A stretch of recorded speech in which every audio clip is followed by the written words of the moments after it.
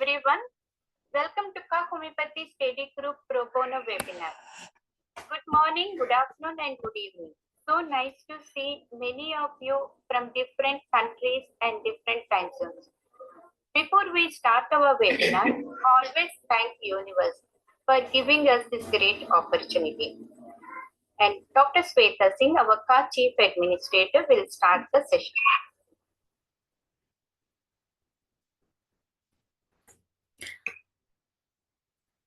Hello everyone, myself Dr. Shweta Singh, KHA Chief Administrator, welcomes our respected speakers, Chairman and CEO Kavita Ma'am, KHA volunteers and all the attendees to KHA webinar. I would like to take the opportunity to introduce KHA Homeopathy Study Group to all of you. KHA Homeopathy Study Group Pro Bono was organized and founded by homeopath and humanitarian Kavita Kukunur, President and CEO of Kavita Holistic Approach, KHA. This study group is intended to be an offering from Kavita to the homeopaths around the globe. Sharing goodwill, solid clinical work within the classical model are foundational principles for the KHA. KHA's mission and vision are very unique to inspire young homeopaths, mentor, provide excellency for educational purposes using holistic approaches via webinars, which are based on principles of classical homeopathy and provide professional continuing educational homeopathy credits for practitioners. We provide merit certificates for spreading the light of homeopathy around the globe. Dr. Kavita is a member of Kevin Friendly Foundation, a non-profit organization that helps to serve poor people in greater needs in India. She is nationally board certified by Council for Homeopathic Certification (CHC) and Achina CPD provider and serves as the associate editor for the Homeopathic Heritage. She is the recipient of Martha Allman Community Service Award by National Center for Homeopathy and Best Entrepreneur Award from Dr. N. Lingaraju, Principal of JSPS Homeopathic Medical College, Hyderabad, India. TANA, Telugu Association of North America, a prestigious organization, honored and awarded her for selfless homeopathic and humanitarian services at a Ladies' Night Out on October 2022, Michigan. Also, Dr. Kavita received the prestigious Legendary Homeopath Award with joint hands of Honorable Health Minister Dr. Dhan Singh Rawat, Senior MLA, Mr. Harbhajan Singh Chima, ex-director Homeopathy, Government of Uttarakhand and Chairman of HomeoCure and Research Institute during National Homeopathic Seminar, Homeopathy, the Future Medicine at Kashipur on 21st August 2022. Dr. Deepak Sharma, KHA Executive, Dr. Rajesh Kumar Sharma, KHA Advisor, and myself, KHA Chief Administrator. Our team were also recognized and presented with Legendary Homeopaths Award at the ceremony. We are proud to announce that Dr. Kavita was honored as the Woman of the Year 2023 from the prestigious organization NATA, North American Telugu Association, USA. Dr. Kavita was also honored by renowned DTA, Detroit Telugu Association Executive Committee on Mother's Day at Michigan, USA, with DTA Community Service Award 2023. We are extremely happy and proud that we celebrated 12 years of her book, Beyond the Limits, A Challenge to Prove Oneself, and her second book, A Dose of Spirituality with Kavita, has also completed its 2 years. The ebook was launched last year in presence of honorable guest of speakers, American Institute of Homeopathy AIH President Dr. Alex Becker and Council for Homeopathy CHC President Dr. Sheetal Tiwari at our KHA webinar. At KHA's second annual celebration, our honorable guest of speaker, Dr. Jawahar Shah, Chairman of Enlightenment Education, launches audio version and hard copy. We have donated over $1,500 to 10 to 15 charities, which we have also listed on the website. Dr. Kavita donated the proceedings of the book through KHA study group platform to various charitable organizations and homeopathic associations. To name a few are Kevin Friendly Foundation, CHC, DHMA, JSPS College, VT Seva, NCH, etc. Interested one can reach us for details at carstudygroup@gmail.com. As of now, we have nearly 450 recordings on professional webinars related to homeopathy, health-related topics, and inspirational talks available on our channel with the name Kavita Kukunur. This webinar is moderated by me. and it is being recorded as we speak. We will take questions at the end of the webinar. We will also post jot form in Zoom webinar chat at the end of the webinar. Please fill the form to receive your certificate of participation. Kindly mute yourself and turn your video off for better connection. Now, before starting the scientific session, uh, I would like to welcome our honorable speaker, and let me introduce him to all of you. Today we have with us Dr. Yatindra Bhatnagar, senior homeopath with over 24 years of experience. He completed his BHMS from Jaipur's prestigious MPK College, now Homeopathy University, trained under renowned home experts Dr. G. Pal and Dr. J.D. Daryani. He further enhanced his expertise with a specialized diploma on learning disabilities from RCI Delhi and a PGDM in health promotion from National Institute of Health and Family Welfare, New Delhi. He's practicing in Shadra, Delhi. Dr. Yatindra Bhatnagar integrates classical homeopathy with cutting edge nanotechnology, offering patients a unique blend of traditional and advanced treatment methods for comprehensive healthcare. He will be speaking on the topic learning disabilities with role of homeopathy with case presentation. So welcome Dr. Bhatnagar to KHA platform. Thank you. Thank you, Dr. Shweta. So nice of you. I would also like to read the disclaimer before we proceed for the session. All the KHA Homeopathy Study Group webinars are for educational purposes only and not intended to diagnose or treat a disease. Listeners can benefit with the information shared at the webinars. The opinions expressed by speakers, moderators, and attendees are part of educational experience and do not necessarily represent the position of the Kavita Holistic Approach, KHA, or KHA Homeopathy Study Group Pro Bono. Thank you so much and welcome, Dr. Bhatnagar. You can now proceed with your session.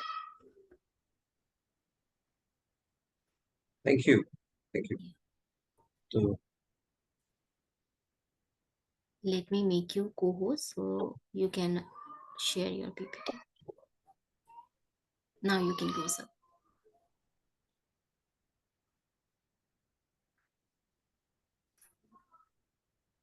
I can share now, no? Yes, sir.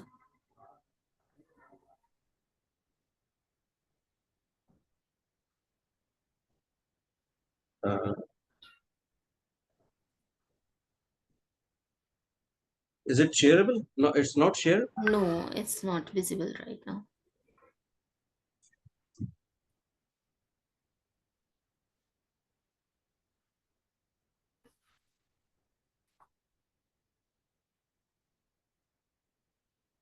I don't know, but I'm not able to share it.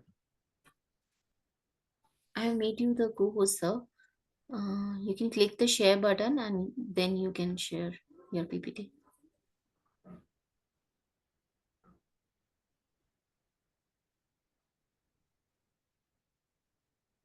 Can you please help? Just wait, just wait, just wait. Yes. Now is it? Yes. Now it is sharing. Yes, No? sir. Yes, sir. It is visible. Yes. Just wait. Yeah. Sorry. Okay. Good evening, everyone. I would like to begin by thanking KHA Group, KHA Study Group, and Dr. Shweta for inviting me to speak on this important topic. It is my privilege to share knowledge with such an esteemed gathering. So we start with the learning disabilities.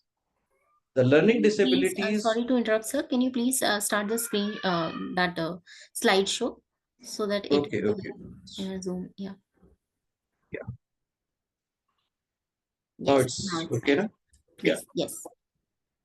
So the learning disability is basically, I'm doing it for last 20 years when there was not so much of knowledge about the learning disability. Nowadays, most of the people knows about various things, but still, you will be astonished to know that almost there are 10% to 12% of school going children who find coping with the curriculum very difficult. And in maximum schools, 7th standard dropout rate is very high due to the low academic achievement. So this is the area we are dealing with. If we study, there is no study yet done in Indian NCRT group, but still what we believe, our data is provided by National Institute of Mental Handicap that tell us that 30% of students are suffering with the learning disability. So this is the barrier which we are facing, the children are facing. The learning disabled child in the class of, if we see a class of 45 children, these children are absolutely normal. Their IQ is always above average or average IQ. That means the IQ is 90 or 110. They are not at all mentally disabled, but they are not lazy. They are not uninterested in studies. What the thing is that they are not able to comprehend the things. This is what we have to understand a disabled child. Before starting various type of learning disabilities, we should know the learning process from sensations to the brain perceptions, then the comprehension, then the analysis. There is a complex method of learning. There is a sensation, then there is an attention, then there is a perception, then there is an imaginary process, then there is a symbolization of a language. We symbolize with the verbal, we see the words and non-verbal symbolization, and then there is a conceptualization of the. So this is the learning process our brain goes through when we read something, when we listen to something, when we touch by touching anything. This is the learning process, how our brain learn through these processes. And whenever there is any difficulty in any of these area, that leads to a learning disability. That's why there is a vast number of 100 में से 30 बच्चे out of 100, 30 students are having some sort of learning disability, because this is the learning process, and any defect in this that leads to learning disability. There is a brain, this is a diagram I want to show, because this is the connections method in our brain. This is much more complex. It's a very simple diagram. But yes, this complex, and if any connection is disturbed, that leads to a learning disability that affects the neurological disorder. This is a neurological disorder that affects people ability to either interpret what they see, hear, or link. This is learning disability. A bookish definition is also there. A bookish definition of learning difficulty tells us that there is a significant difficulty what a child acquire while listening, speaking, reading, writing, reasoning, or mathematical abilities. These disorders are intrinsic. The individual presumed to be due to central nervous system dysfunction. This is the bookish definition which we learn from the books, that this is learning disability. We will deal with different type of disabilities and how they occur, in which part of the brain there is a difficulty. So learning disabilities does not include, that is very important. Learning disability is different. A child with mental retardation or a hearing impaired or a visually impaired child will definitely not able to learn and write. So they doesn't comes under the learning disability. The term does not include children who have learning problems, which are primarily the results of visual hearing, motor handicap of mental retardation, or emotional disturbance, or the environmental, cultural, or economic disadvantage. Some children, due to the cultural differences, they drop out from the school. They don't have any learning disability, but they drop out, environmental, cultural. So that doesn't include in the learning disability. Learning disability basically an umbrella word. There are various things which comes under the learning disability. There are various types of disabilities which comes under a learning disability umbrella, like oral learning disability is aphasia, dysphagia, like writing dysgraphia, dyscalculia is a mathematical difficulty, dyspraxia. These are different type of learning disabilities which come under a umbrella. So learning disability is an umbrella word which contains various type of learning disabilities. Secondly, very, very important nowadays, SLDs. We talk about the specific learning disabilities, and there is a new word which we use very frequently nowadays is our learning difficulties. There is a big difference between the learning difficulty and a learning disability. A learning difficulty means that by the proper and timely intervention, we can improve the condition of a child with 100% surety. Even with the treatment of various associated things, we can improve the condition of a patient. But learning disability means it's not possible that a child can do. Learning difficulty means it's mild and severe, mild and moderate. Disability means it's severe. He can't do this. A child can't do this. By the learning difficulty means he can do if we provide a proper assistance to him. So there is a difference between nowadays we use a word learning difficulties and learning disabilities. So we are talking here about the learning disabilities.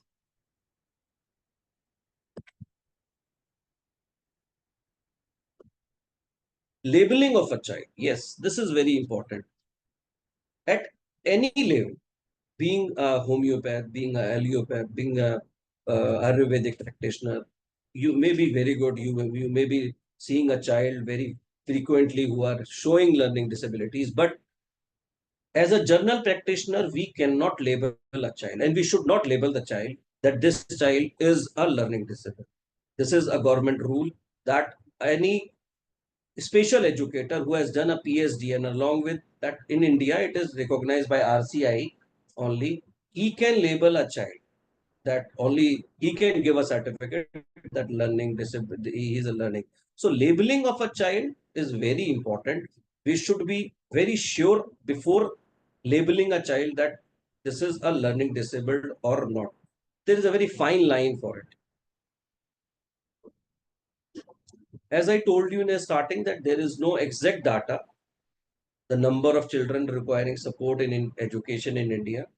NCRT does not have any systematic study, but only National Institute of Mentally Handicap put the figure 10%, out of which 4.6 of school age children are severely learning disabled. And the most important fact is boys outnumbers the girl, 4 is to 1. In the boys, the frequency of having learning disability in boys is more than the girls in the ratio of 4 is to 1. As I told you that the learning disability includes various processes, and any impact, any breakdown at any of these levels will have an impact on student information processing or skills leading to the failure.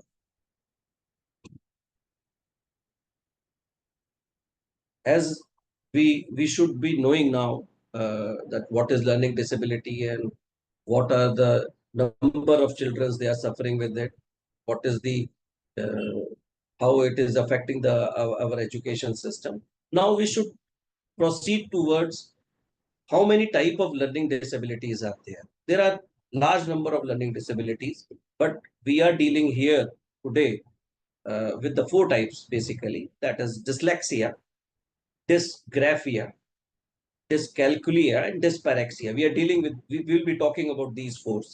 There are the other type like aphasia. Aphasia means there is an difficulty in a patient to express, and auditory aphasia hota hai. There is a Wernicke aphasia, there is a Broca aphasia. When there is a central nervous system ke andar, there is a damage in the central nervous system, language processing area, then there is an aphasia, dysphagia, oral learning disability.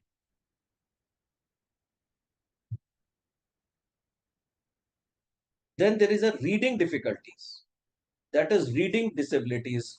A child cannot read Dyslexia means a difficulty, a word, a difficulty in language.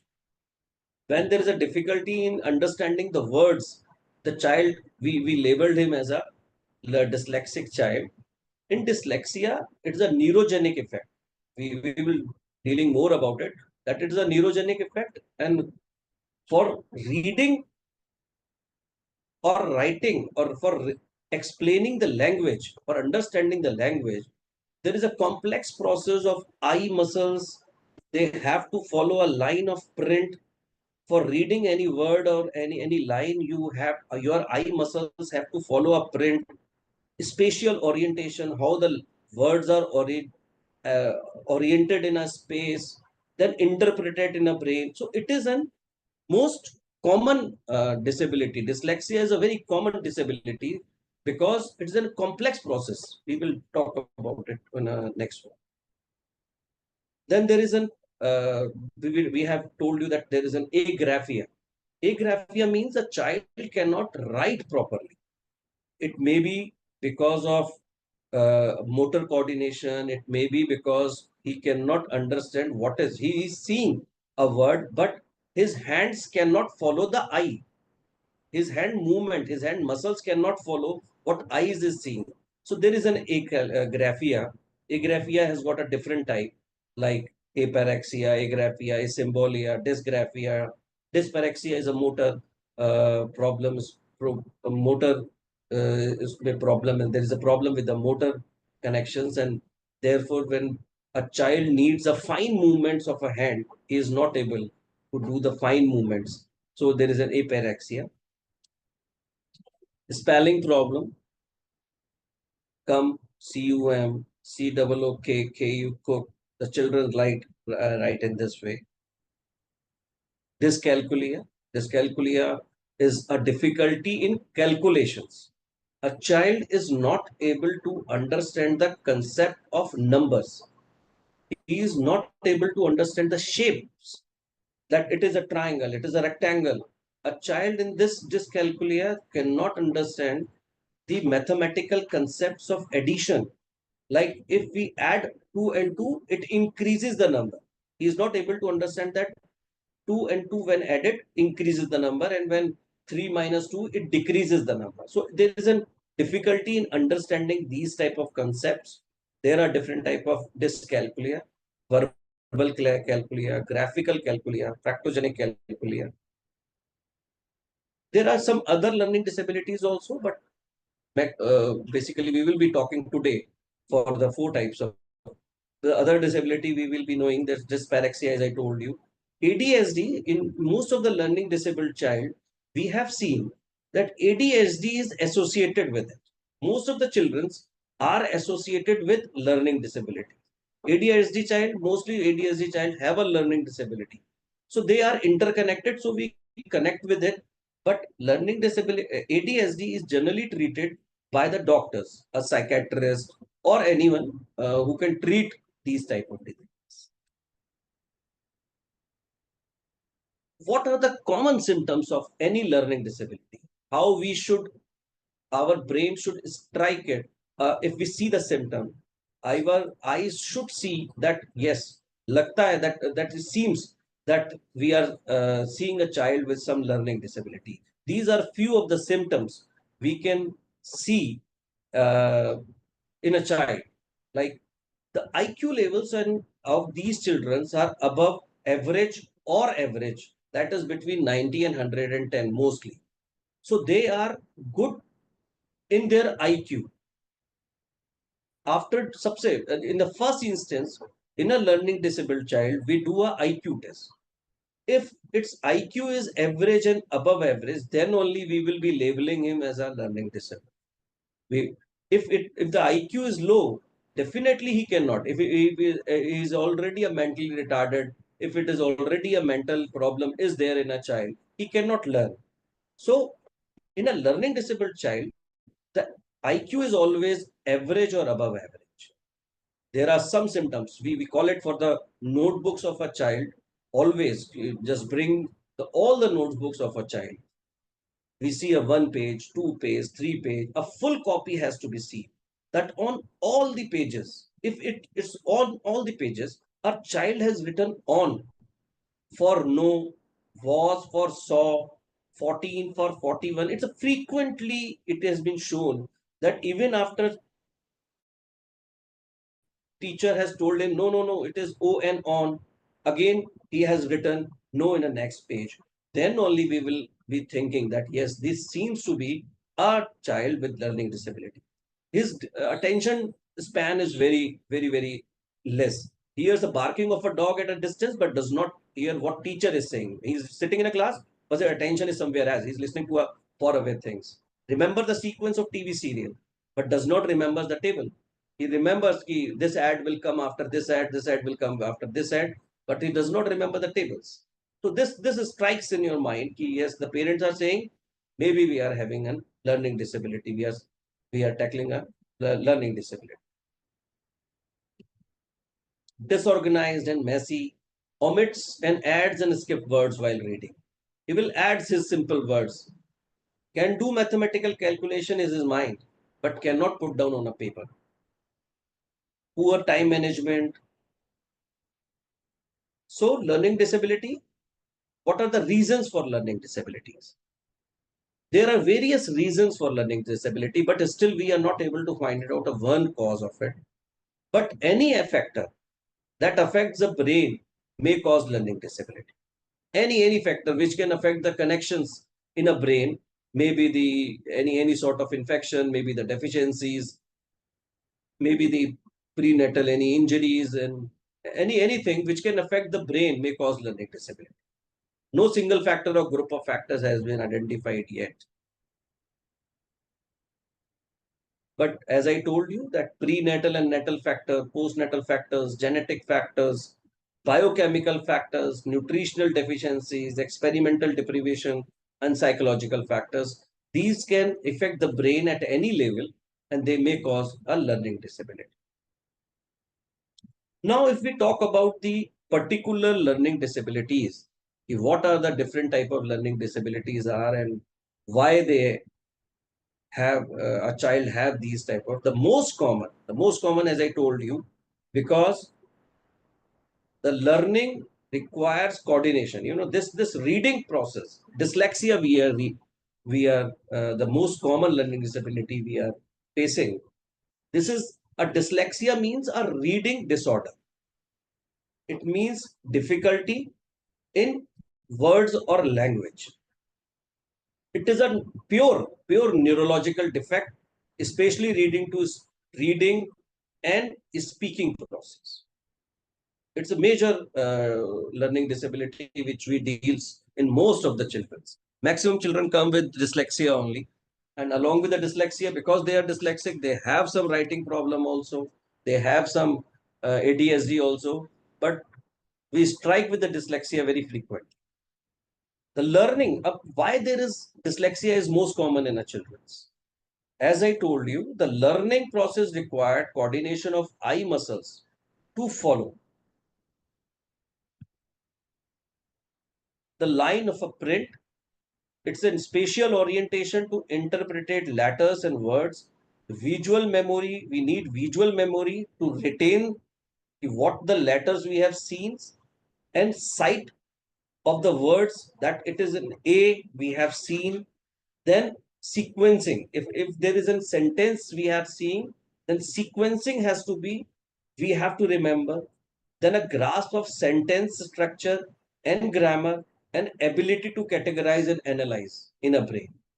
Or along with this, the brain integrate visual cues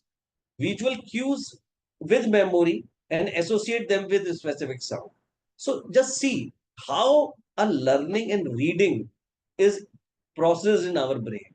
This is such a complex process. It's not a very simple thing that we have reading a disorder. We are reading the things. So it is a brain which is going under such a big process, and any defect at any level can lead to a reading difficulty. And that is why we see a dyslexic persons very frequently.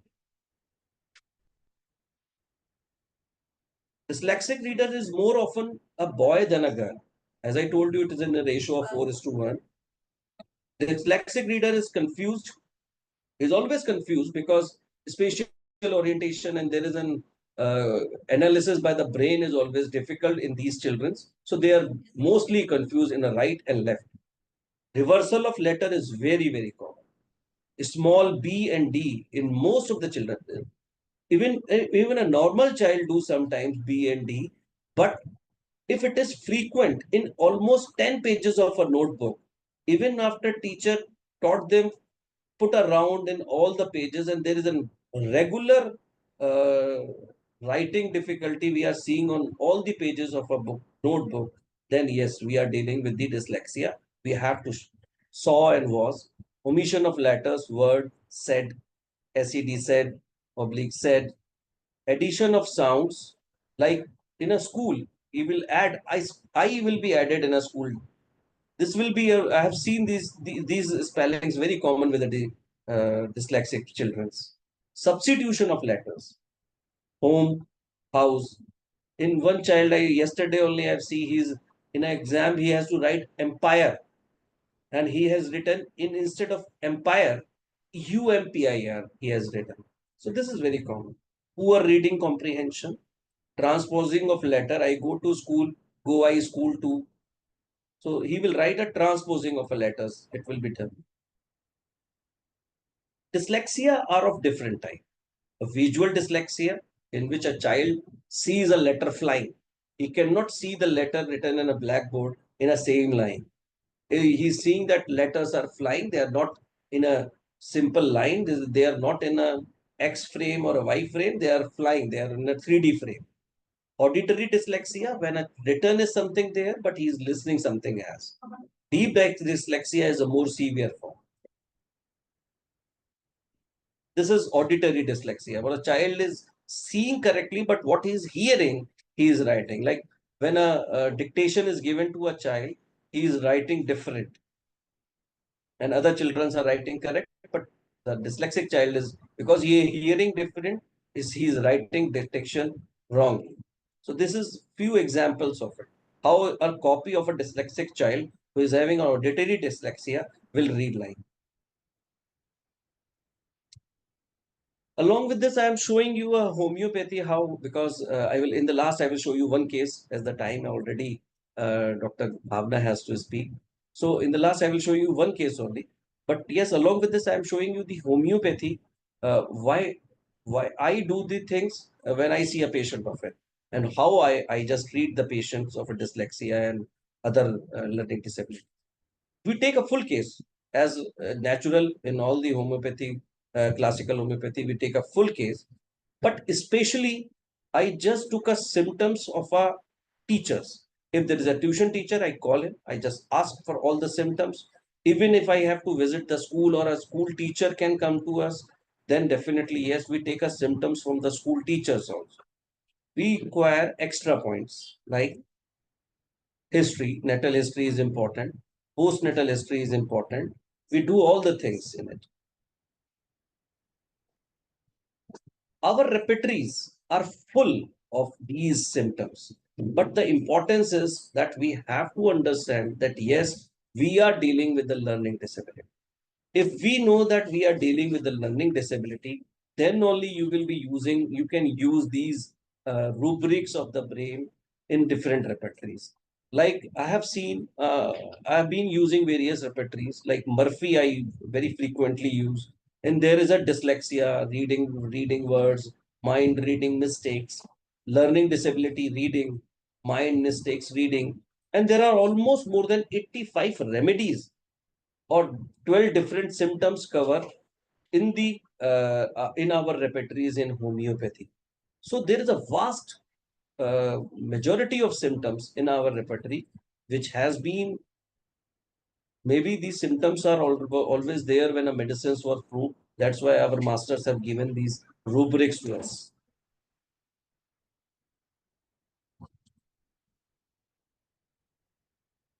I hope all are listening. Hello. Yes, sir. Hello. Yes, sir. Yes, sir. Yes. I think it's all sharing now. Yes, yes. It's perfectly fine.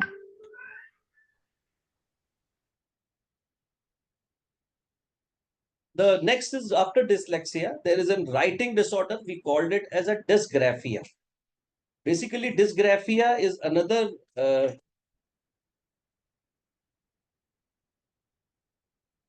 writing disorder. There are different type of writing disorders, but this is example of it. I like cartoon film. This is the example of it. How the dysgraphia patient copy will look like. You can see the lines are not straight. Not even the two letters he has written with a same strike or a same shape. All the letters are different. The lines are not same. The words are not same. This is what we see in a dysgraphia. Space is not, the space between the word is not correct. He has used excessive razors. There will be a lot of cuttings in a copy. Lot of cutting. These children have an impaired perceptual motor performance. That means these children who cannot make their hands what their eyes see. They are seeing a correct word, but they cannot write because there is a motor deficiency. Their hands cannot do what the eyes are seeing. We have to identify the specific defect which underline a child's poor performance. We have to underline, and we install spatial education plans, just make individualized education plans, IEPs. We applied in these children so that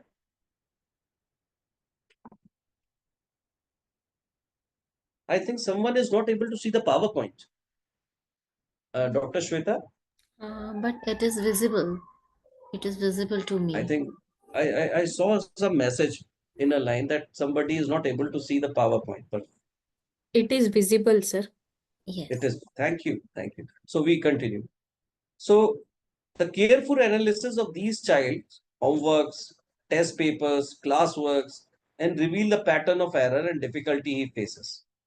Yep, this is very, very important to analyze these works of a child whenever we are dealing with any learning disabilities. Because if we will analyze these works of a child and understand the pattern, then only we will be able to intervene. Then only we will be able to that the child is need a special educator or a special exercises for we have a exercises teacher for it. We need a special intervention. So only then we will be able to intervene if we know what is the problem is there. Along with the dysgraphia also, there is a different symptoms for dysgraphia symptoms in our repertory. There are a lot of symptoms like complete repertories. There is an mistakes writing alphabets indifferent, mind writing difficulty in, mind writing indistinctness, mind mistakes making, writing alphabets indifferent. Murphy also have some symptoms for it. And most of the times, I have in personal also, I have used medicines, but most of the times, along with the constitutional medicine, I give lycopodium and nux vox. They are the most common medicines which cover maximum symptoms for dysgraphia. In a low potency, along with this, I believe in giving barium carbonate, a brighter carb, along with some very low doses of it in a biochemic, so that I feel if there is some deficiency of any minerals which has caused some nerve neurogenic defect, that may be recovered. So I, along with the my medicines, constitutional medicines, after repertorizing the whole case, I usually gives some biochemic medicines like and most commonly a barium carbonate, a brighter carb, a dose of a brighter carb in a very low doses to cover up these deficiencies if there. Third, which is very common learning disability, is a dyscalculia. Dyscalculia is a problem in a children in recognizing shapes, size, the number increasing or decreasing, they the work number order, the calculations, it's very difficult for them to do. Dyscalculia student may exhibit mathematical skill gaps or have difficulty in remembering words or their meanings. Dyscalculia is basically due to right hemisphere lesion. Right hemisphere lesion always leads to a dyscalculic problem. Spatial perception and visual spatial perception memory. This affects our calculation in brain. So whenever there is a right hemisphere defect and leading to a spatial or visual spatial perception defect, it causes a dyscalculia. As I told you, difficulty in pointing to small, big, more, less, tall, short when asked. Difficulty to show that parts put together make a whole. Difficulty to demonstrate that adding more objects result in increase of quantity or taking away results in decreasing. These are some symptoms of the dyscalculia. A child with this dyscalculia will definitely shows these symptoms. He cannot name the numerals. Reversal of numeral. If you see the notebook of a mathematics, there is a reversal. A teacher has always put a red marks or full of red marks in his mathematics because he has taken a number wrong. The teacher has written 54, he has written 45. A 503 from 305. So always there is calculation as questions are wrong. So his notebook is full of crosses in mathematics. There is a difficulty in copying the numbers also. As I told you, there is a neurological defect and there is a right hemisphere defect. Interruption in school attendance leads to if the child is not attending school regularly, that also leads to a dyscalculia. Distractibility. A teacher is teaching you addition and subtraction and there is a distraction. As a child is listening that barking of a dog far away, is not seeing what the teacher is saying, then there is definitely a dyscalculia leads. It leads to a dyscalculia. Difficulty in reading fluently, motivation. Motivation is important for mathematics. How homeopathy helps in dyscalculia? As I told you, most of the time I use Murphy and complete repertories, and both these repertories cover almost most of the symptoms of dyscalculia. Like I show you, mind mistakes makes in calculation, mind mistakes make in adding or subtracting, mind journal mathematics inability. It shows in Murphy. Mind mathematics calculating inept for algebra, geometry. The most common medicines which cover maximum symptoms of dyscalculia is lycopodium. So I always give a very small dose of lycopodium in single or 15 days repetition of lycopodium in between, as the people used to give in other diseases, like the people give sulfur and nexoamica. I in a learning disability children, I usually gives, as I told you, some biochemic and this lycopodium. These three, dyscalculia, dysgraphia, and dyslexia, are the most common learning disabilities. Dyspraxia is a fourth, very common, but again, this is not very difficult to see. A child, the parents, whenever see these type of children nowadays, they lead to a neurologist, they take him to a psychologist, neurologist, definitely. In Delhi, we really see a dyspraxic child, but yes, in a school, they are there. Dyspraxia is seen in a children who are having a motor planning disorder. Motor planning means when the brain to conceive, organize, and carry out the sequence of like of walking. If a child cannot go downstairs very easy, he has to hold it. Bar, he falls again and again. He cannot balance on a cycle. The child will always avoid the physical training in a school because fine coordinations is very difficult for him. He cannot hold a mouse properly. He cannot use the mouse properly. So that's what I'm saying, that dyspraxic child, if a child is not able to hold a mouse, if a child is not able to, the parents generally nowadays are very aware. So they take him to a neurologist, and definitely we have to diagnose these children if we see any child with these type of motor planning disorders. In a dyspraxic syndrome, there is a reduced ability to carry out non-learned movement, even though adequate physical and conceptual ability exists. Like the children is very good in studies, he is very intelligent, he is always first in a class, but he cannot balance on a cycle. His time, his writing is very poor. He's avoid PT games. Poor sense of direction, even.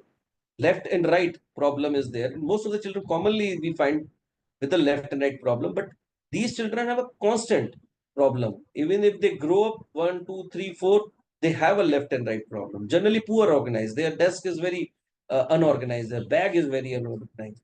A dyspraxic child is poor at a time management also. In exams they always lag behind. If the exam is of 3 hours, they always lag behind.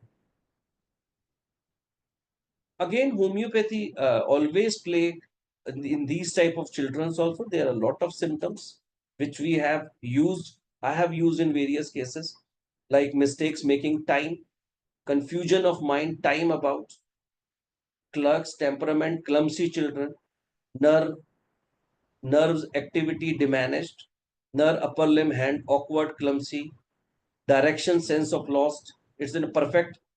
And the medicines which cover most of the symptoms, lachesis, cannabis indica, and spongia. So homeopathy covers all these learning disability. This is a beauty of homeopathy. So we have this much of medicines. If we diagnose and take the case properly, we give the constitutional medicine along with these symptoms, definitely we can help the parents in improving the condition of a patient. And we have done it. And I always say to my parents that if we can improve in these children, if 30, 40, 50, 60% of the improvement is there, that will be helpful to you. And that is there. I will show you one case as a time. I think Dr. Shweta, there is time is there. Yes, sir, you can share.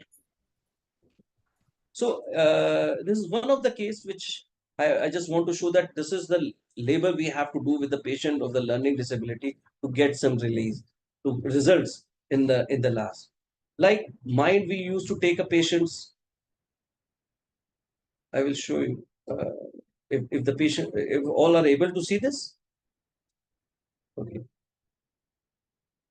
This is what we take, like if the emotional levels, the child, this is a case of a patient, 11 or 12 years old child, very recent case it was, dislike aggressiveness, does not like harsh treatment for anyone in the family, loves to sympathy of the parents and peer groups, did not concentrate when teachers is teaching.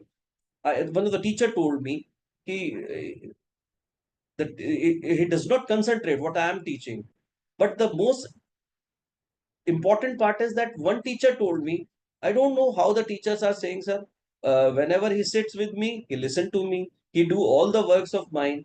So that this is very typical of learning disabled child, that he is always attached with one teacher who he likes. So this is what she does not respond to the question asked by their teachers. But one teacher, they told the child likes to sit with me and he performs what I say. They are very able children. Learning disabled childs are very able. They if they have a severe learning disability, they will be good in something else. Like they will be good in drawing. They are very good in something else. The God always give them a special a special jerk, so they can perform something else besides doing mathematics or anything else. So whenever there is a case taking, we take it from the teacher. Did not concentrate when teacher is teaching and look here and there. She did not respond to the question asked by the teacher. Did not do her homework completely. Her writing is very bad. Despite using teaching methods, she cannot get what we teach her. While other children interest in this topic, she did not show. So this is what a type of a case taking we do. But these are not important for homeopathy purpose.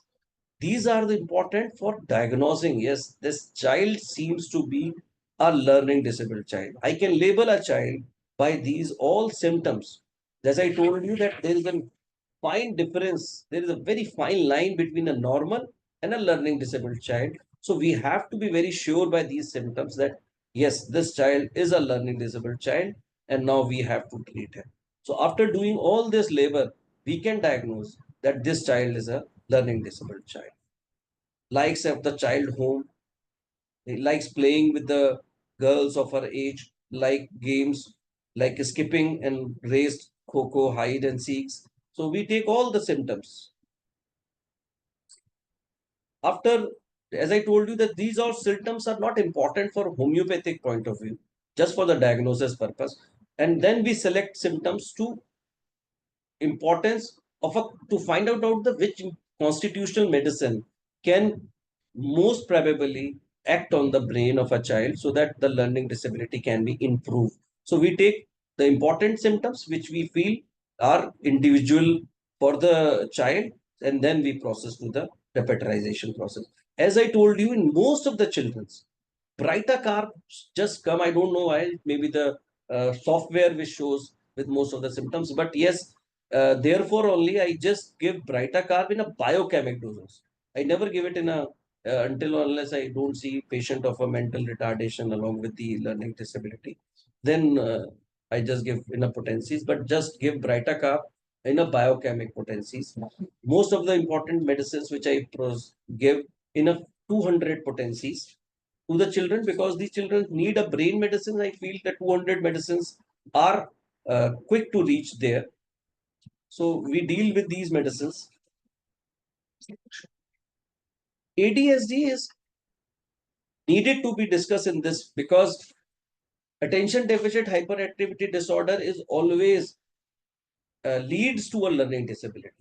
So it is ADHD is along with the learning disability, but it is not as a typical learning disability. Not all the ADHD children have a learning disability, but yes, most of the children of learning disability, they show these symptoms, and most of the ADHD patients show some learning disability symptoms.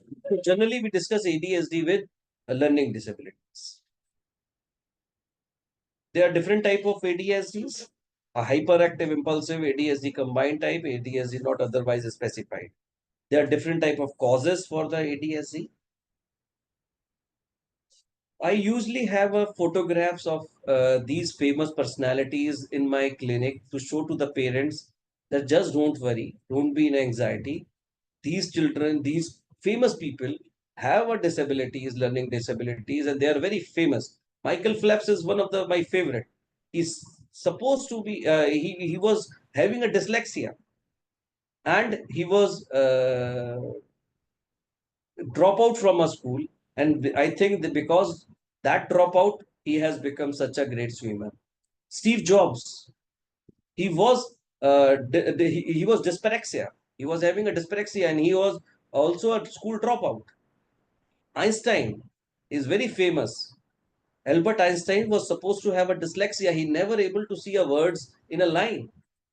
He was a great mathematician, but yes, he was a dyslexia. He was having a severe dyslexia. So these are few famous personalities. I show them that just don't worry. If a God has given some problem in your child, then they must have given something which you can definitely feel he can do some big things in the life. So thank you for listening, all the ones. I thank again Dr. KHA Group and Dr. Shweta for inviting me this and giving me an opportunity to speak on this topic. Anytime, as if you will invite me, I will be able to show you more of my cases in this subject. Thank you. Thank you, Dr. Shweta. Thank you so much, sir. It was a really wonderful session, and thank you for sharing all the clinical tips and a brief about all the learning disabilities. It was really enlightening. Now, I would like to call upon our second speaker. I welcome Dr. Bhavana Gururaj, who is associated with us as KHA volunteer.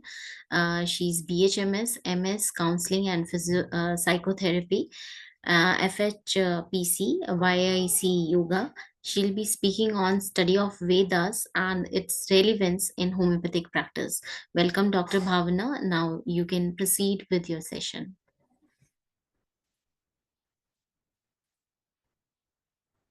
Thank you, Dr. Shweta. I thank KHA Study Group for giving me this opportunity. And I know it's a very vague topic because both Vedas and yoga, I mean, homeopathy are too vague.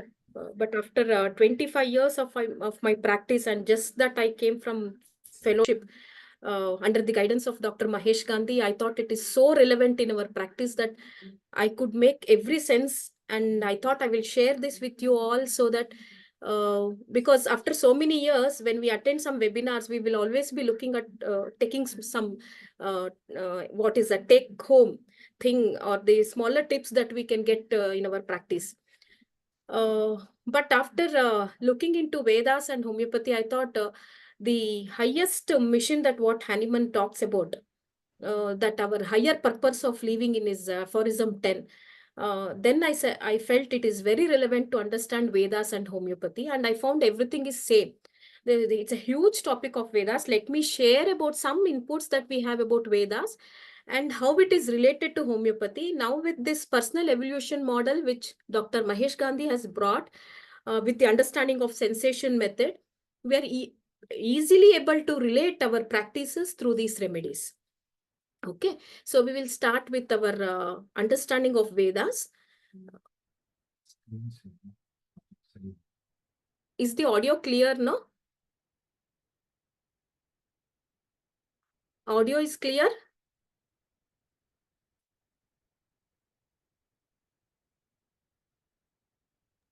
Yes. Yeah, okay.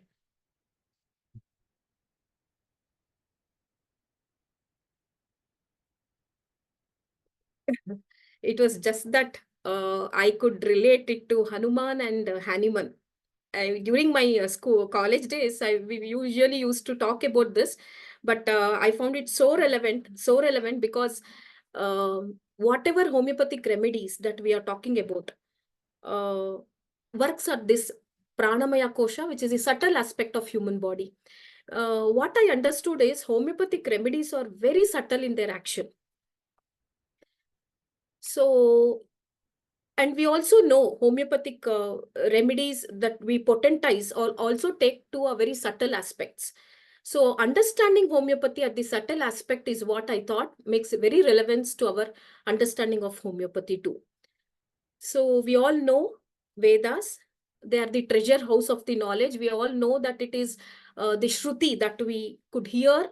There is no definite author which we can talk about the Vedas, but they are all heard and they are eternally present as the Shabda. So there are 4 Vedas. As we all know, it is Rig Veda, Yajur Veda, Sama Veda, and Atharva Veda. I will give you a small glimpse where the understanding of homeopathy comes in all this. In all of this, and we know it is Veda Vyasa who has classified this Veda into the Rig Veda, Yajur, Sama, and Atharva. Though Ayurveda comes under Atharva Veda, but the major part of the mind related studies, Ayurveda people have lost actually. And I always relate it to that we got through Hahnemann from as homeopathy too. So, see, the understanding in homeopathy is from gross to subtle, that we understand the human body and then we understand the mind. So as in Vedas also. Now, even when you understand the division in Vedas, it is first the mantras, the brahmanas, the explanation of mantras, the aranyakas, the philosophical interpretations of the rituals, and the Upanishads, the essence of knowledge. So here, again, the understanding is from gross to subtle. Now let us understand the Upanishads. We have around 10 Upanishads, which actually means to contemplate on the mysteries of the universe. There is something which I want to put forward here is, there is something called as Loka Purusha Samya Vada in Vedas, which tells whatever exists in the universe exists in human body. We all know this. So when we understand the nature first, then it is easy to understand the human body. So when we understand the nature in a very subtle form, it is very easy to understand homeopathy in that way. I can correlate with what Sir was telling now, as how Lycopodium, Baryta carb as coming up so many times in their remedy. We can also correlate with what we understand through this understanding of this personal evolution model and the understanding of the human body at these subtle levels. Okay. Now, Upanishads are also called as Vedantas.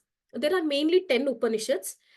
We have the Brihadaranyaka, Chandogya, Aitreya, and then there is Taittiriya Upanishad. There is a beautiful story in this Taittiriya Upanishad, and that very much related for me with the understanding of Hahnemann's aphorism 9 and 10. It talks about a sage called as Uddalaka, who tells his son to understand him, or the son comes, and Shwetaketu is his son. He comes and asks his father as, who am I? So the father, who is also the guru, during Vedak period, it is like that. The father and the son becomes the guru and the disciple. So he asks his son to meditate on himself. So the Shwetaketu sits and meditates as to find who is himself. So he first finds the body as himself, and he comes back and tells this.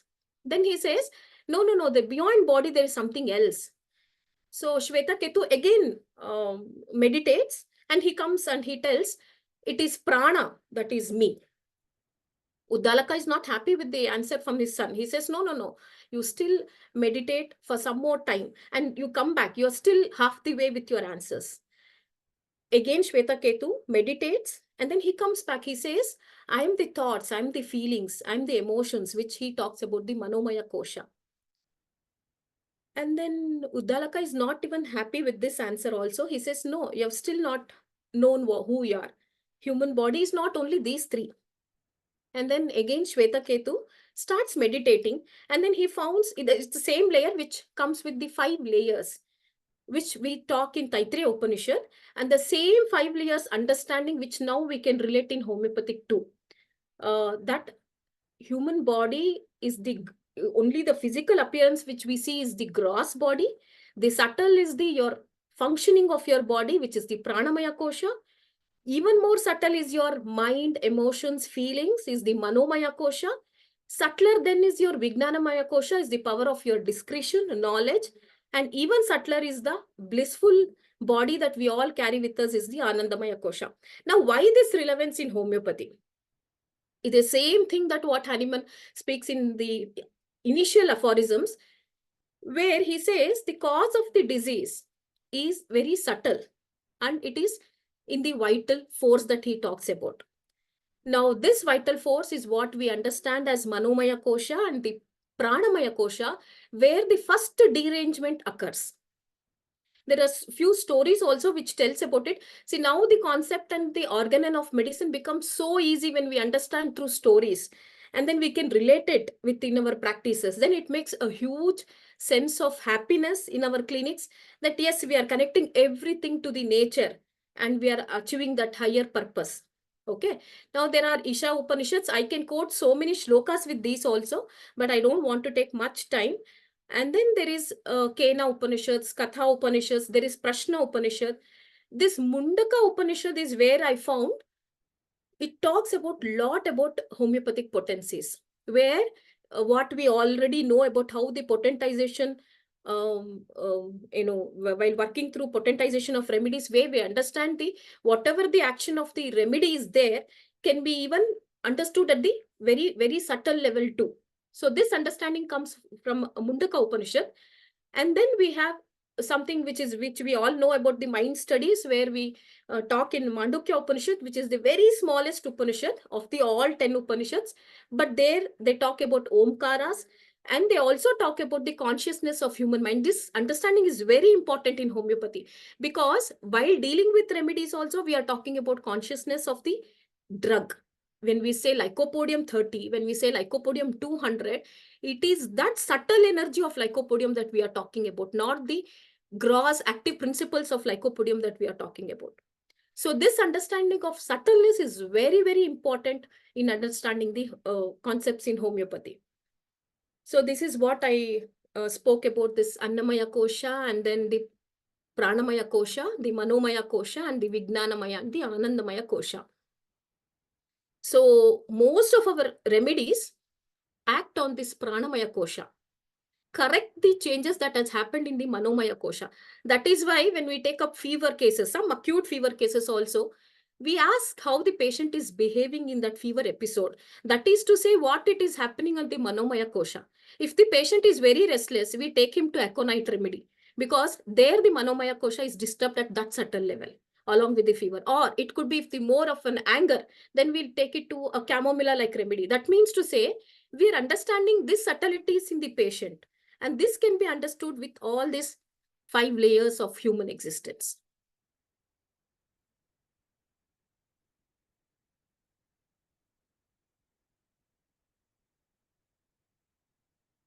This understanding of Manomaya Kosha is so much very important, especially when we are working at the constitutional level, when we want to bring that, magic with a single remedy. And then when we are trying with that single dose, and then this understanding becomes very, very much relevance. We talk about sensations, delusions, emotions, everything. See, earlier when we were practicing sensation method, we were finding it so difficult to sit with patient for such a long time in a busy practice to understand the sensations. Now with the understanding of the personal evolution model, that we understand it in a very, very faster way, so that we can achieve the constitutional remedies in a very easier way also. We need this both two things. One, it should be very applicable at the practical level, and at the same time it should be very easy to comprehend for us. Now when we understand on these understandings, it is really very easy. This is my experience after 25 years of my practice. And then we talk about the elements. As we spoke about the Annamaya Kosha, the Pranamaya, and then the Manomaya, we also talk about the Annamaya Kosha and the subtleties of Annamaya Kosha. We know all the human, our human body is made up of the 5 elements. What I said about Loka Purusha Samyavada, where whatever existing in the universe exists in our body too. So our body is made up of these Pancha Mahabhutas, so which is the air element, ether element, the land, water, and the fire. So this is we are seeing in all of the remedies, and even in the mineral chart. When we see there is very beautiful thing about this Panchamahabhuta. There is something work. I mean, there is a Sankhya philosophy by Kapila Mahamuni, where he talks about the creation of this universe with Prakriti and Purusha. So it starts with Prakriti and ends up with Purusha. So how this starts? It starts with the space element first, and then the air element, then the fire, and then the water, and then the earth element. So the same wise, if you see the periodic table of Jan Shalton, the same way the periodic table is arranged. You can see hydrogen as the space element, and it is very beautiful to understand that every remedy that we talk in periodic table has one electron added to it. And this we talk about the ego. So for example, when we go to the 5th layer of the periodic table, 5th row of the periodic table, we see how the metals come up with that strong element of individuation. We tell this adding of an electron in the periodic table, we can relate it to the ego also psychologically. So that's where we see the group 5 and row 5 and row 6 individuals are so individuated. They're so creative. They're so confident. And it is always a cycle. Again, when you come back to the 6th, where you see Baraitas and all, it is more of degeneration. Okay. So even when we look at plants like Ranunculaceae, the chart that Dr. Gandhi puts it in the first subclass, which is a Ranunculaceae family, which has air and water element. You can so relate it to a remedy like Pulsatilla, where there is so much of air and water quality, that weeping tendencies, the airy quality of Pulsatilla, and it is so beautifully connected to the elements that we are talking about, the Pancha Mahabhutas that we are talking about. Again, the remedy like Belladonna has so much of fire element in it. And this is seen in the subclass 6. Subclass 6 is more of fire element. So this is how, even in animal remedies, when we talk about scorpions, insects, snakes, which have lot of fire element. So this we can easily relate to the Pancha Mahabhutas of how the creation started first with the ether quality, the space, and then the air quality, then the water, then the Manipura. We can again go with the chakras also through the same ways. It is first the Mooladhara, which is the earth element, and then it is the Swadhisthana, which is the water element, and then is the Manipura, which is the fire element, and then is the Anahata, which is the air element, and then we can go into the space, that is the Vishuddha, and then is the light, which we call as Agna Chakra. So it is so beautifully connecting everything, also with the remedies. The beauty of it is you can connect it to remedies also, and you can see understanding the water element is in patient is so easy when you look into their emotions, and you can really relate it to water element. Or when you see the anger quality in a patient, you can clearly relate it to fire element, and you can pick up remedies which has this fire element more. So this becomes very easy when you're, especially when you're understanding the cases through constitutional remedies. So this is the periodic table that I was talking about. The rows of hydrogen is the first element of space, and then comes the second, which is the air. The third, sodium, so beautifully we all know it is the water element. Sodium, magnesium, they all come under the water element remedies, and we all know it is the C remedies that we talk about. This we can correlate easily to patients with lot of water element in them. Then comes the calcium, the calcarea line, which we talk is more of the earth element. So this is how even in periodic table, we can understand this element so beautifully. What is there in Vedas as how the universe is created, how the human body is formed. The same we can understand through remedies and through the patient. When you just take the history of the patient, you can gauge in where he suits in. So we all know the prana, which is the vital force, the vital energy. It is a very subtle link between matter and spirit. This is where I thought what Hahnemann is speaking about, the higher purpose of our existence, is where the homeopathic remedies are connected to this prana. That is why you can make so much of difference after giving the remedy. There are cases where patients, the total personality has changed when you give a very correct medicine, apart from just taking away their disease symptoms.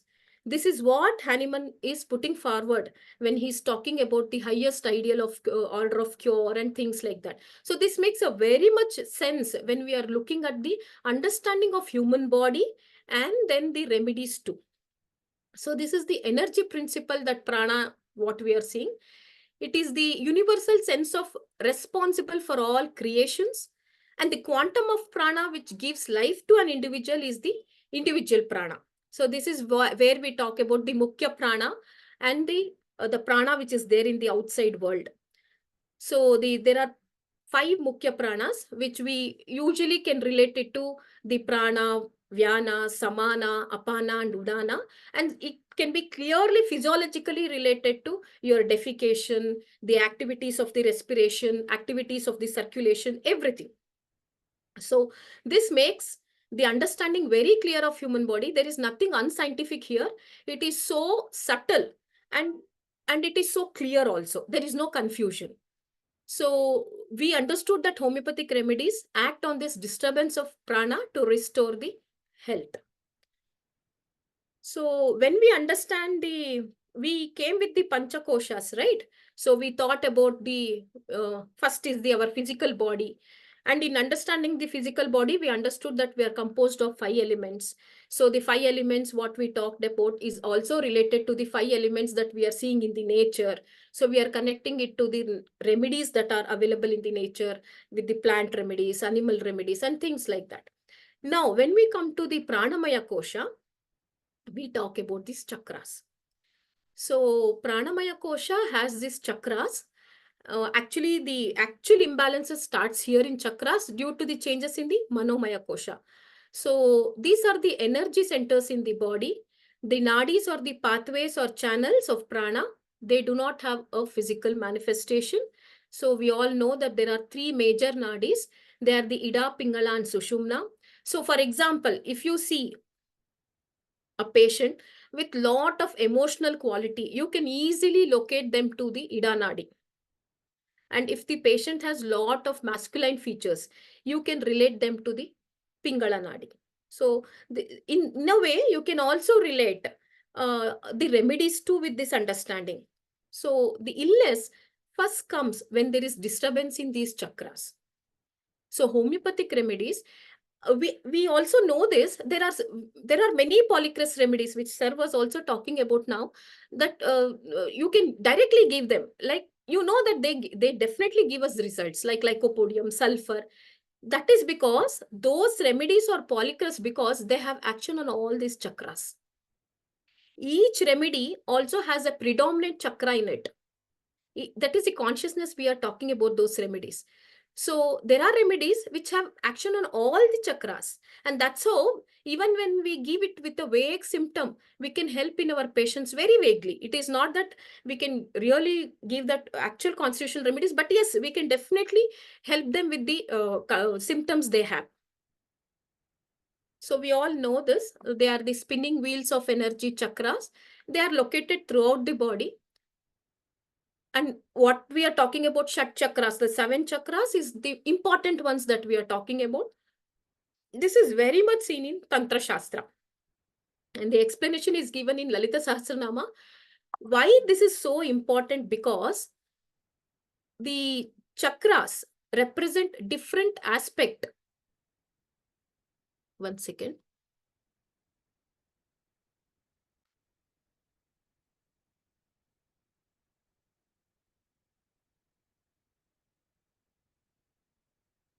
Oh my God, it is going this way. One second.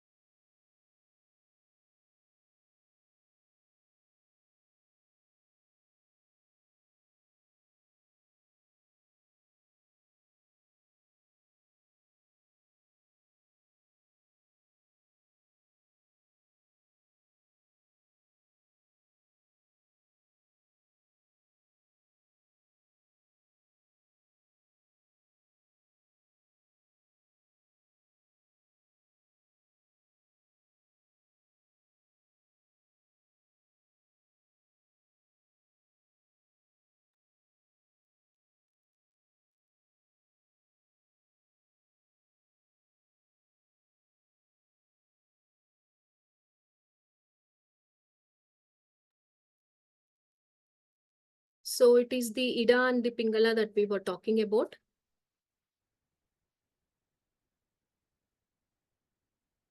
There's some problem. Okay.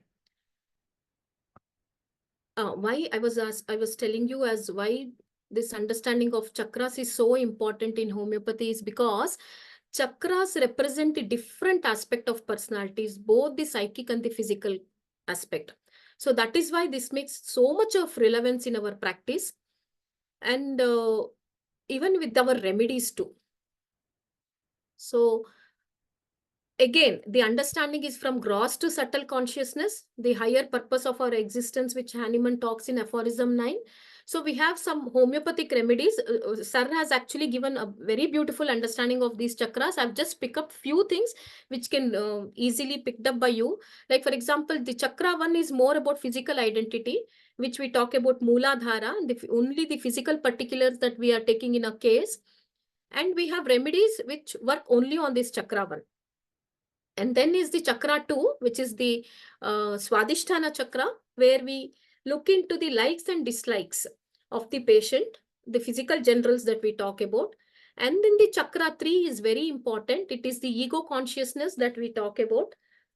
The chakra 4 is the identity, social identity. The chakra 5 is the creative identity. Now, chakra 4 is the Anahata chakra, which relates to heart, emotions, and feelings. And the chakra 5 is the creative element. So when you look even in the periodic table, The chakra 5 relates to silver series, where they are more creative persons and things like that. And even when you look into it, Vishuddha is the chakra which is located in the throat. And you can see all the silver remedies can be also very good remedies for the throat complaints. This is some very gross understanding that I'm giving you, but definitely when you understand in a very deeper way, you can relate to these things and it perfectly fits into everything that we are talking about.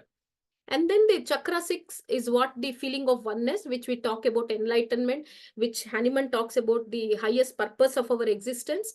And the chakra 7 is the universal identity, one with the ocean. So there are few chakras, the remedies which I have jotted down as for a simple understanding, but there is little more to it. And Dr. Gandhi sir in his book Chakra has given beautiful understanding of all this. So I just wanted to relate certain things of aphorisms, especially the aphorism 11 when Hahnemann is talking about in those times where the science and technology was booming and he was talking about these things. So when a person falls ill, it is only the spiritual automatic vital force everywhere present. This is what he's speaking of for prana. That is primarily deranged upon the influence upon it of a morbific agent inimical to life. It is only the vital principle deranged. This is what he talks about pranamaya kosha and the manomaya kosha, because he talks about the disagreeable sensations and the emotions, feelings which affects the individual. So we can easily relate to the causative modalities where something happened with the patient and then he came down with the illness. These are the ways where you can trace it in a better way and understand the derangement where it started. So when you look into that point, there is also one Satkarya Vada by sage Uddalaka in his Taittiriya Upanishad, where he talks about the cause and effect, that what very similar to the the very cardinal principle of homeopathy of similia similibus curantur. And aphorism 9, which is so important for us when we were studying. Here again, it is what I was talking about, this higher purpose of our existence, which is very much into the idea of yoga, the Vedas, where it talks about dharma, artha, kama, mokshana, arogyam, moolam, uttamam. So for every individual, if he has to stay healthy and take up this moksha, then the health is so important and vital thing that should be there in him. This is what aphorism 9 relates to all. This is the higher purpose of our existence, and this is the higher purpose that we are talking in homeopathy. So this makes lot of relevance in our practices too. So the aphorism 11, he talks about the cause of the disease, which again we can see the references with Vasishta Ramayana, very interesting. Rama gets into depression and Vasishta sage talks to him about the idea of human and the idea of the body, the idea of the disease, where he speaks about Adija and Anadija and the Vyadis. So the seed of the disease, which is very much into the aphorism 11, starts with imbalances in the Manomaya Kosha, which in turn leads to Vyadi. This is the beautiful shloka which tells about it, the physical complaints. Even in Patanjali Yoga Sutras, this also I could so much correlate with aphorisms. The Yoga Sutras of Patanjali, where the Samadhi Pada also describes about this Vyadi. So why this all was, my understanding was modern medical system has replaced almost all the traditional system of medicines in different part of the world. So though it has proved effective in saving man from fatal hands of contagious and infectious disease, but of late we are seeing a lot of psychiatric problems, psychosomatic problems, where understanding of homeopathy is so clear in psychosomatic diseases. And with the understanding of the Vedas, we can actually relate it to so well in our practices too. It makes a very vital contribution to the modern medical system, because Vedas also talk about evolution. Vedas also talk about gross to subtle, and homeopathy also talks about this gross to subtle. See, understanding the science is always in two ways. It is just like your Newtonian physics and quantum physics, where one talks about the gross things, as allopathy talks about gross things. They see what they see in reports, they prescribe, but we talk about something more subtler than this. So to understand the subtler aspects in homeopathy, the understanding of Vedas is beautiful. So as we see the patients holistically too, the main idea is why it makes so relevant is to identify the psychopathology in the patient. Then only you can give the very correct constitutional medicines. That is the higher mission that Hahnemann talks about, the Vedic way of life, which gives a new understanding to the social dynamics for the construction of an ideal society. And then health is also better understood as a combination of this biological, psychological, because what these days we are seeing is a lot of psychological stress that we are seeing in individuals. So this understanding is very important. So with this, I would like to tell you that we are all in a process of evolution from animal to human, and from human to the light connecting with the nature. This is what Hahnemann talks in his aphorism 9, the higher purpose of our existence. And this can be achieved by well-selected remedies to the patient, which makes a lot of difference in their understanding of life and the stress factors that they're undergoing. At the same time, you can remove their diseases also. So this is a beautiful, holistic concept that we are talking in homeopathy. It is from duality to non-duality that we are talking about. That is the higher purpose of our existence. So with this, I would like to conclude my small talk on this. It's a huge topic, I know, but I definitely enjoyed this process of connecting homeopathy to Vedas. There are so many beautiful shlokas which talks about how Hahnemann has put in his aphorisms. So it's a beautiful journey for me. I hope this will also help you in your practices of understanding the human body at a very subtler level and the remedies at the subtler level. Thank you. I thank KHA group, the study group, Dr. Kavita Kukunur, for giving me this opportunity. I know it's late night and you're all there with me. I'm so thankful to you all. Thank you so much. Thank you, Dr. Bhavana. It was really a nice session. And now we would like to take questions if we have.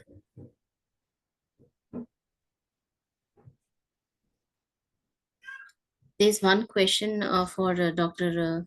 BHATNAGAR, sir. Sir, are you there? Yes, I'm there. Yes, there's one question from Dr. Arun. Role of calcarea phos tissue salt in your experience in the learning disabilities? Yeah. I have not used calcarea phos very frequently. I have used barium sulfate only because Brighta carbs leads to various developmental disorders if it is given in a doses. So I have just seen a result of a Brighta carb in a 1x, 2x doses to a children in a long term. So it shows results. Calcarea phos I have not used much. It's basically for the bones disorder, more of the bones disorder rather than a neurological disorders. Okay. There's one, thank you, sir. And there's one question for you, Dr. Bhavna. Can you share stanza from Mundaka Upanishad on potencies? It is the, I'll just share the thing 1 second.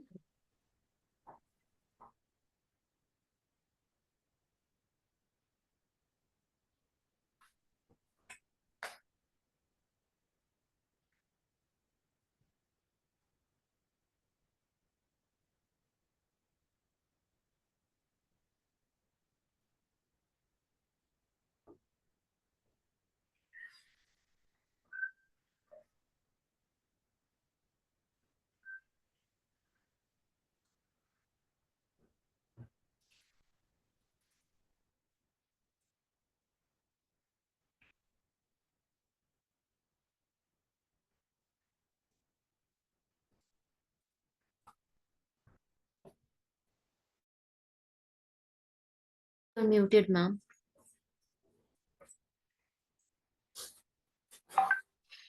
It talks about the wholeness of a substance, and when you take it to the very smallest dose, the property of the whole thing that we see in the gross is also retained in the property when it is seen at the very subtle level. This is what we are talking with the nano medicine that we are talking about, or the nanotechnology. That's the only answer where I feel homeopathy can tell that we have found a lot of researchers which are on this line, that when you take the whole of arsenic and you start potentizing it to the higher dilutions of 201 m, you still find the cellular, whatever we talk about, the cellular memories in human body, the same thing which we can relate it to the remedies at the potency level. In Vedas, it was mentioned Asta Chakra 8. Any difference with these 7 chakras? No, for the practical purpose, we are only looking into, I mean, when we are looking to the idea of human body, it is only this 7 chakras. 8 is more related to the spiritual dimension, more of related to spiritual dimension. So we don't talk about it actually, but it is the basically it is the Shat chakras, and the 7th one is related to more of 7th is related to more of spirituality. Thank you, Dr. Bhavna and Dr. Bhatnagar, for such an enlightening session. It was really wonderful and worth listening. We would like to take the privilege to honor you both with KHA Appreciation Certificate, and please accept it from KHA Homeopathy Study Group. Let me share.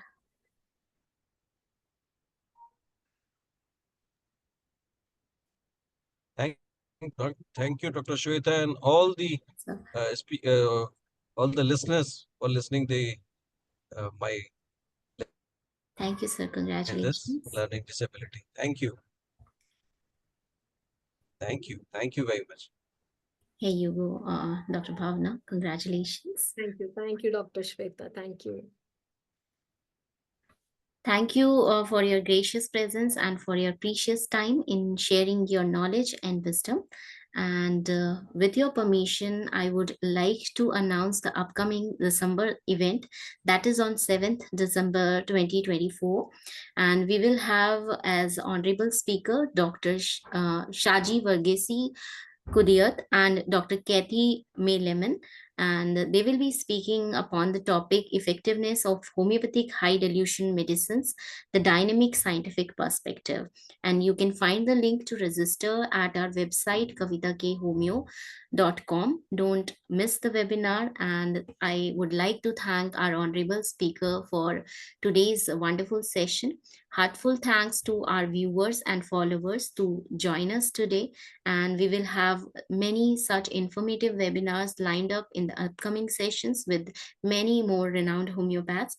For the upcoming webinars, information or any other updates, follow our social media handles. And if you miss any of the webinar, you can watch it out at our YouTube channel with the name Kavita Kuknoor. You can also find the information on our social media handles, and you can follow them with the name KHA Homeopathy Study Group. If you have any query, you can reach us at khastudygroup@gmail.com. I'm thankful to KHA volunteers for their continuous support and selfless services with which we are able to organize these webinars in successful manner. Thank you all for today's presence. Thank you. Thank you for the KHA study group. And I would like to share to the KHA study group that the shloka which you are asking about the Mundaka Upanishad. Definitely I will share in the study group. Thank you so much. Thank you. These are the ethics of KHA study group. To be a KHA speaker needs at least 1 to 2 months active volunteering. Only KHA speakers' themes are promoted in newsletters and webinars. KHA provides volunteering for 2 to 12 months, respects and inspire volunteers to grow. Active volunteers will be promoted through our website, social media, and added to WhatsApp group. Articles of volunteers will be posted on KHA website and newsletter and will be sent for publications at our other journals too. Volunteers and speakers are eligible for prestigious KHA annual awards. Volunteers are eligible for KHA inspirational talks. Volunteers are eligible for case discussions. KHA promotes homeopathic organizations as well as their mega events. KHA promotes great work of speakers through their book reviews. Honorable guests may propose their future courses or events after the webinar. KHA maintains a healthy and happy environment to keeps only like-minded folks.